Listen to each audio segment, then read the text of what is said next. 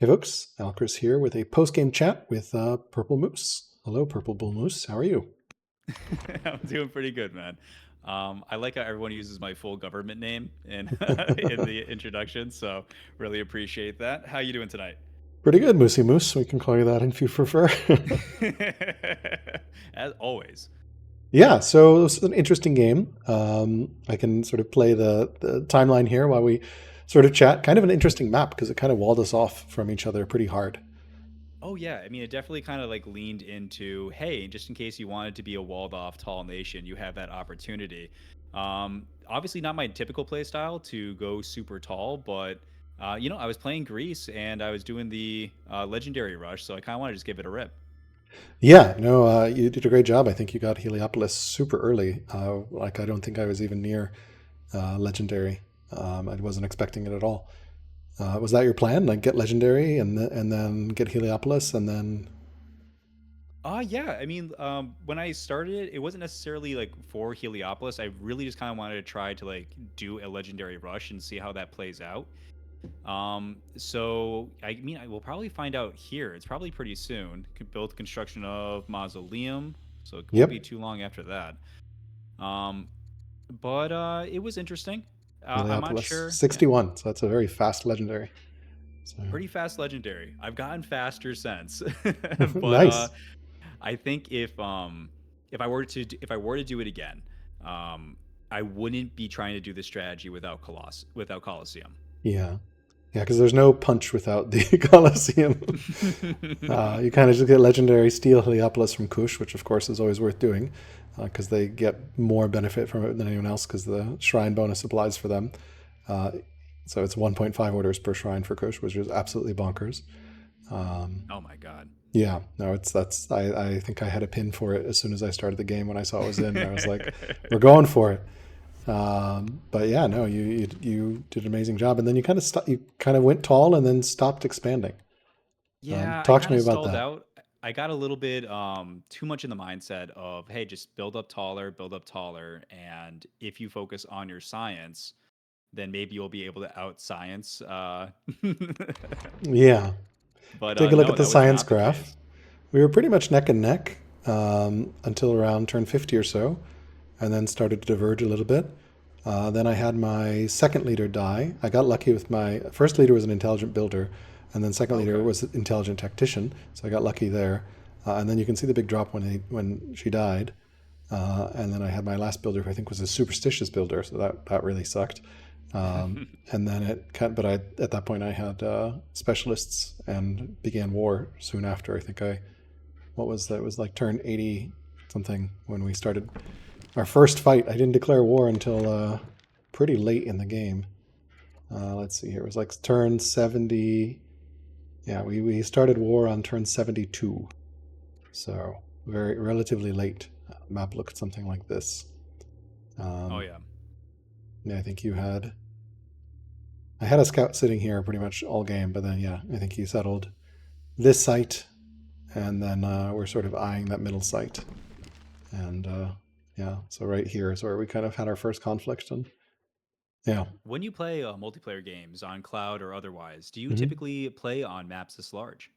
So this is just a tiny map, which was the standard dual size before. So dual got renamed to tiny, and dual and the new dual became dual. So this is tiny in the new nomenclature. So this is the standard map size for cloud before the new map size was introduced. And it was square, so that's one of the closer maps, right? Like we weren't that many tiles apart. I think let's see here. Pella is something like if I can get the map coordinate to show up, 53, and I'm at so this is like a 45 tile map distance. I think part of the challenge here is you had these big mountains dividing us with only a very tiny pass at the north and kind of a larger pass down here and then a smaller one in the south. Yeah, each But pass nicely blocked off by a nice little patch of sand to make yeah, roading hell. moving forces pretty narrow. Yeah, so I mean, in theory, one of us could have like either gone through the north, which seems like it would have been bad because that's too much of a choke. But here was a pretty wide, like you kind of had this double pass here. There's a relatively clear path. This would have been hard to block off here. But then like from here to capital, right, you'd have to kind of settle down this way, and then maybe go through the Thracians on the coast and kind of settle on the coast. And that like there isn't really a clear way. Like as you see, I have some of these absurd roads across the middle of the map, trying to like make movement not suck. Because like even like I have great training in these cities, but like this poor guy is like slowly slogging over there. And yeah, the deserts really suck in terms of like I think I had note to road here, and at that point I was like, it doesn't matter anymore. Um, but yeah, It's nice that you did your whole Eisenhower movement, doing the full highway yes, initiative. lots of highwaying. I like that these Thracians are raiding you, but because you were all the way over there, they're just going through my lands. So like I thought I was being clever by piecing the Thracians, and so they would raid you. But by the time they decided to raid, there was nowhere to go. Yeah, tell me about the defense. I think you were role playing a little bit with your insane builder. Is that right? Oh yeah, a little bit towards the end, when it was clearly inevitable that the wave of nicely chosen crossbows for the counter simply worked. I don't know if that was chosen or if that was just It was because we have chosen. the Sentinel. Yeah. No, it was definitely Um, chosen. Like I think Greece late game, like the only answer to a crossbow really is a polybolly, which is kind of interesting because like crossbow only really, I guess also swordsmen are an option because they do hit, yeah, they do it's get kind of that a bonus dead against even infantry. match. Yeah, but then the crossbow punches back. Although the crossbow only has damage on attack now, it used to have defense as well. So swordsmen do eat crossbows alive. Um, but I figured you would have your unique unit, and your unique unit does not do well against crossbow. I No, it didn't does build too many of not. my own unique unit actually, which I really was feeling the lack of range at the end there. I took way too long getting these cities up. I don't think I built racks until very late. This looks very pretty, but it came very late and didn't really matter. I Like was all looking at these, doing the several overlays in between cities. yeah. Mostly just because like this hill terrain was terrible for building stuff. And yeah, it was definitely a interesting map. Kind of big. We kind of just were playing peacefully for the first 70 turns or so because no one really expanded towards each other. And the map kind of funneled you into this like you want to fence off your part and then slowly peek out into the middle. I was expecting more of a conflict in the middle, but I think you didn't peek out until very late, so I was able to just swarm all Oh over the yeah, middle. I think Cloud's interesting. I do enjoy. I'm really enjoying the network multiplayer tournament, Yeah, but Cloud's a little bit interesting because you kind of have to come back to the game each time you log back in. So getting tunnel vision on, just building up your cities is a lot easier to do, especially when you look out and you kind of have like the mental block of staring down the mountains. yeah, So definitely something I would have had to plan around the next time. I didn't focus on getting my seven laws or citadels or anything hmm. until, frankly, too late. Um, it maybe if I was able to produce more units, I would have had a better time or focused less on getting some, interesting techs that didn't really help me, as opposed to focusing more on getting longbows earlier. Yeah, I could have been in a better shot because the longbows did a nice job of being able to clean up at least some yeah. of the crossbows. Longbows don't have an advantage against crossbow, but they don't also have a penalty against crossbow, and obviously they outrange crossbow massively, 3 to 1. So yeah, then they're about as cheap as crossbow as well. I think it's just 150 wood and 100 training versus 50 wood and or 100 wood and 50 iron for crossbow, if I remember right. And 100 training. Both of them are pretty cheap in terms of 8 strength units. So and they both upgrade very similar lines. So yeah, I But mean, yeah, I enjoyed my little bit of role play there at yeah, the at the end. end, I was very I was like, what does Moose have in his pocket? What it like? I was like cautiously, I'm going to take away all the other cities. Why are there workers coming out in front of me? Like, what is going on here? Like, I'm scared. Like, I think I have vision. I don't. Is he going to like set up the world's most epic route chain? Like, I don't think he needs horses anymore. Like, so yeah, there were a couple of horses, but not very many on the map. I don't think I built a single horse unit. I did get spoked wheel at some point, but mostly for the chancellor. That was Oh, we both interesting. did have like that one horse city right there for you, Kuban. For Yeah, me, it horse was hive. So yeah, that was originally the idea. But the game just didn't go long enough, I suppose. yeah, Um, cataphracts would have been very very scary. Although crossbows can kind of hold themselves against cataphracts as well. Yeah, So the whole anti melee is very good, which has always surprised me, considering that people typically in the community undervalue the power of the Legionnaire, considering the fact yes, that it has the same uh, bonus, and it is super potent. Yes, it definitely is. I think just the problem is like it's only against melee, so like it kind of fills a weird spot between swordsman and pike, where it's kind of like a blend of both units, or like swordsman and crossbow. Yeah. It's just kind of this weird hybrid. I don't particularly like it because I think it's like I would just rather have either. But I guess if you get a good timing for Seven Laws with Rome, it'd be useful. Let's talk religion. Was able to snag Zorro very early in 19, and then Judaism you didn't contest, and I grabbed it on 29, and then the other religions were founded like 80 after. So like you were just, I think that shows up in the orders difference because I ran monotheism and divine rule, and of course as Kush you can spread polytheism pretty straightforwardly just by building your pyramids. Although I think I ran polytheism for a while to get some order shrines everywhere that I could, as well as my pyramids. But so yeah, that helped with orders as well, and of course legitimacy from Kushite pyramids, 76 from 19 pyramids, which is 7.6 orders. So it's kind of a, yeah, but like that order difference is kind of terrifying on turn 60. So talk to me about orders. What Greece does have the worst order economy in the game, sadly, because they don't have any order families. There's no statesmen. There's no riders. There's no clerics, and they don't Shrines to start make up with. the difference. There's no shrines to make up the difference. There's no. They don't have the order shrine, and they don't have any. They don't start with any text that unlock orders like camps or husbandry. So yeah, it has the worst order economy of the game. I love Greece, but like it's just like it's very painful to play them. Yeah, talk to me about um, your order economy because this is a pretty you're pretty constrained here. yeah, pretty constrained. It definitely went into the whole idea between not being able to expand as much as I would like to, because obviously, having the builders that I had early game, I ended up going focusing a lot of the limited orders that I had on building up the improvements that I had.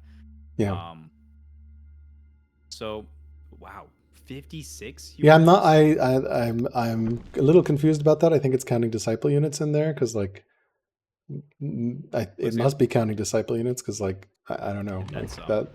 Yeah, that seems insanely high. I have 41 living right now, and I know I lost some, but like yeah, yeah. I probably overproduced workers. It's very easy to do as a builder. The specialist count doesn't matter because I took your cities. Improvement count also doesn't matter because I took your cities. Um, Tech count, yeah, at the end the tech difference became pretty big.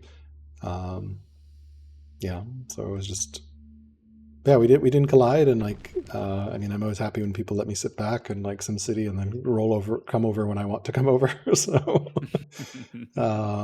yeah, so definitely an interesting game. Definitely a little bit of vengeance from the FFA, right? Where I felt like I had a superior tech and military position, got sniped because hey, ambition victory is on, and I just could not reach you. So not that I figured out what was going on late enough, early enough to be able to react. You did a great job flying under the radar in that FFA. Oh yeah, I mean, hey, listen, when you get absolutely obliterated, people kind of Yeah, they're like, oh yeah, well maybe we can just like forget about yeah, yeah. moose No, for a the while. attack against Sion. But yeah, this game was pretty interesting. It's sad that we didn't get the full your side. Are you going to post any footage or none? Or Honestly, I stopped recording okay, about halfway through. It's not the kind of content that has been working out for me. makes sense. I do a lot of mic checks and everything before I get recording. So it was a little bit frustrating, especially getting halfway through putting together the video series that I had with Fluffy, and then all of a sudden realizing that half of the um, episodes aren't recorded, the other half is bad audio quality. So just Yeah. definitely less than ideal. Well, alas, yeah, I'm sad we don't get to hear your perspective, especially and like see the early turns around how you planned out. I mean, you went all in with artisan Greece. Uh, Oh yeah, I mean, I definitely stand by that. In fact, I think it's so I've been doing a couple of run throughs on different setup strategies, different early yeah, game strategies for the multiplayer tournament, yeah. and for Greece. They definitely have obviously the best culture aspects. But honestly, even though you're able to get the Odeon down in one turn as a builder, artisan, Hmm. capital. Um, if you even have two um, patron well, Yeah, luxury bonuses, it that outpaces it. blows it Yeah. blows the culture difference out of the water. So I have typically been able to get, if I go as greedy, and again, if I'm allowed to sit back and roll over when Yeah. I want to, um, get it around turn 45, turn 50. Yep. So that's been fairly consistent. Although it's of the strategies I've tried out, it's not my favorite. The legendary rush. I think it only really works if there's a coliseum because otherwise there's no punch. And Like also, I feel like it only works if people don't know it's coming. they don't know it's Otherwise, coming and they don't go bother you, right? Like because you're pretty naked until you have that coliseum, and even then it's just a single swordsman that can get swarmed down. Um, exactly. And in the so current schemer meta, there yeah, is no way that people don't have eyes on you. no, people are going to have eyes on you, and also like they also see artisan cap with grease. I wonder what he's doing, or patron cap with free precious resources. I wonder what's going to happen here. So Um, let's talk really quickly yeah, on invasion for the coastal basin. I yeah, see that you built all the roads, but obviously, yep, you went right to it. The sea is there on at the bottom or top it of is. every single Yeah, map.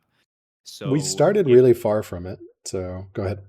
Oh, sure. But if you're trying to like amass your forces and you're looking for that kind of ultimate alpha strike, getting a couple of boats to build that, anchor chain to be able to drop on the back line would be a great way to, not have to deal with the massive order economy I'm sure it took to Yeah, drag your army all the way across. yeah. So Ninja's game right now, which I think the VOD for part one is posted, and there's no spoilers here because like he did a nice job building a builder highway along the coast in coastal rain basin. So I think definitely it would have been harder to do here because we have these obnoxious mountain ranges, this obnoxious marsh, and then there's just no city site here, so that's a lot of roading. Like Yeah. maybe you can settle this and pull stuff down, but like it's going to be really hard. And So also we if just you make a started road so far away. if So you make a road along the coast, does that count as coastal movement? no, it has to. You need to be on the coastal tile in the water. So like here, for Yeah, example, this worker can move all the way over here on with one order, right? Because that's yeah. coastal movement. But then road wise, it can't move that far, right? Because it's like four tiles, three tiles. So So yeah, we're so instead of building a road all along the bottom of the map, I was more like talking about a colony's tile buy. yes, you could colony. You could also urban with builders cheaper. Colony is going to get very expensive very quickly Oh, because it interesting. I scales. haven't considered. Yeah, builder is the way to do it. I'd really recommend checking out Ninja's game. He did a great job with that coastal highway. It's pretty short for part one, and I'm sure part two will be posted by the time this video is up. Um, I see. Okay, that's yeah, actually very interesting because when you were describing, I thought you were talking about roads. I'm like, okay, I don't no, no, really understand. urban from Yeah, yeah, builders. Like as a, so I can just add urban here, right? And now I can yeah. pump along here. Maybe hello. Oh, okay, it's just very laggy. And then you can keep going like that, right? So I can just go over here and urban along. So that's only 10 stone, which isn't a lot at this point of the game. And then you have to, of course, remove the trees. But like now, this is all coastal movement, right? So I could have done that. I think part of the challenge is like my military core cities are all the way up here. So Oh like yeah. they're very far. So had I like you can certainly plan for it, right? Like if you put your military core cities here and here and somehow clear towards the coast, um, that's very possible that then you have quick access to the coast. You can also buy tiles with colonies here with like a scout or a worker, or only a scout, exploration scout can buy tiles for you to get around that coast. So you can like get to coastal moon, or you can just park a bireme. That's probably the cheapest option, honestly, because like that's going to be a lot of tile buying. You just park a bireme here and assume no one's going to go kill a bireme that far into your lands. Um, yeah, and you can also just anchor biremes and not have to deal with urban movement either. Yeah, but then you're fighting over the coastline. Then you're fighting over the coastline, right? This is very hard for an opponent to deny. Um, so they can Yeah, just deny build by like towns all putting, the way. well they can put biremes here, but like yeah, which will cut the coastal movement. But obviously you're yeah, like I don't think you reach the coast quite. So and like the city was pretty far from the coast and never expanded to Thracians. There's any way to destroy an urban tile? Is there, as like far as like burning or pillaging, etc.? I don't think you can remove urban. You can remove the You can remove the the improvements upon it, the but improvement. Yeah, let me check here. Maybe I'll stand on this. Can I can pillage? Well, that's a shrine. So shrines I don't think you can remove. Let's try this ministry here. So we can pillage it, and then in 10 years I think it disappears, but I don't remember whether it like leaves it as urban or not. So hmm. I honestly rarely pillage because usually it's like maybe I should pillage more because it does give you resources, especially if you're playing a Assyria. I think you get extra resources. And wow, I didn't even realize that you get civics for pillaging the ministry. I didn't Yeah, know you that. get whatever it is that nation that does. So if you hop on academies, I believe you still get science. Yeah, 30 for the sign. For the, yeah, yeah, yeah. Money from money. Okay. Heated baths or stone. Okay, that's less interesting. The library is 10 science. Yeah, so not that much science at this point in the game, but 30 civics is also not that much civics at this point in the game. I mean, by the time you're in a core city with like something developed, you probably already won the game. So pillage doesn't matter. But yeah, religion. You just decided not to go for any religions, or you were Greek pagan.